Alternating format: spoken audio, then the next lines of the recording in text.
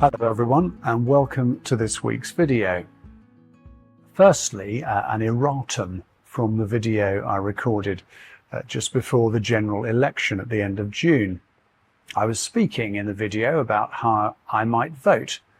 After recording it, I discovered that members of the House of Lords don't vote in general elections.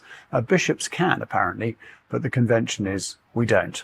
I followed the convention and I still won't tell you how I would have voted if I did.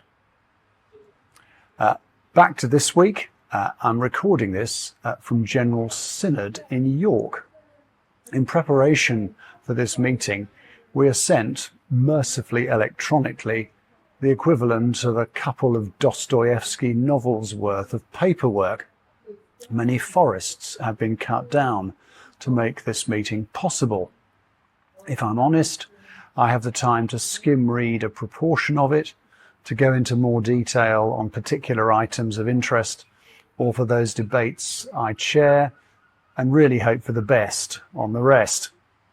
I do wonder whether such a volume of material to be digested at relatively short notice by a group of dedicated but busy people is a recipe for really, really good governance.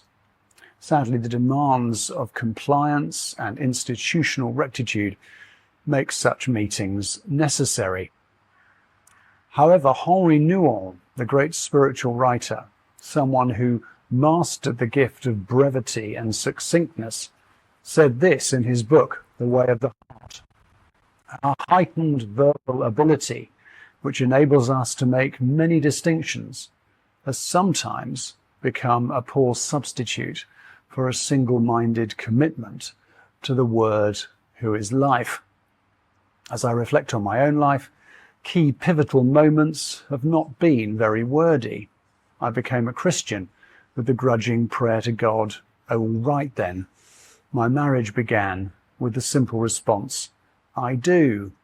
My call to ordination came out of the blue at a Christian conference in a sentence from the speaker about the varieties of Christian vocation. Other life-changing divine interventions have often been a few choice words from a friend, or a part of a sermon, or even a wordless encounter with someone whose long life of following Jesus makes them a light in moments of darkness. The Desert Fathers had a great commitment to silence. I think it was St. Anthony who was silent for 26 years, focusing his thoughts on God as a hermit. When he emerged from that period, his brief pearls of wisdom became highly valued. He learned through that supernatural discipline to speak words of life devoid of ego. I think all of us learn to distill our speech as we get older, in part in response to failing memory. James counsels restraint in everyday life in chapter 1, verse 19. Everyone should be quick to listen, slow to speak, and slow to become angry. This is in marked contrast to the shenanigans played out in the echo chambers of social media. Slow to listen, especially to those we disagree with.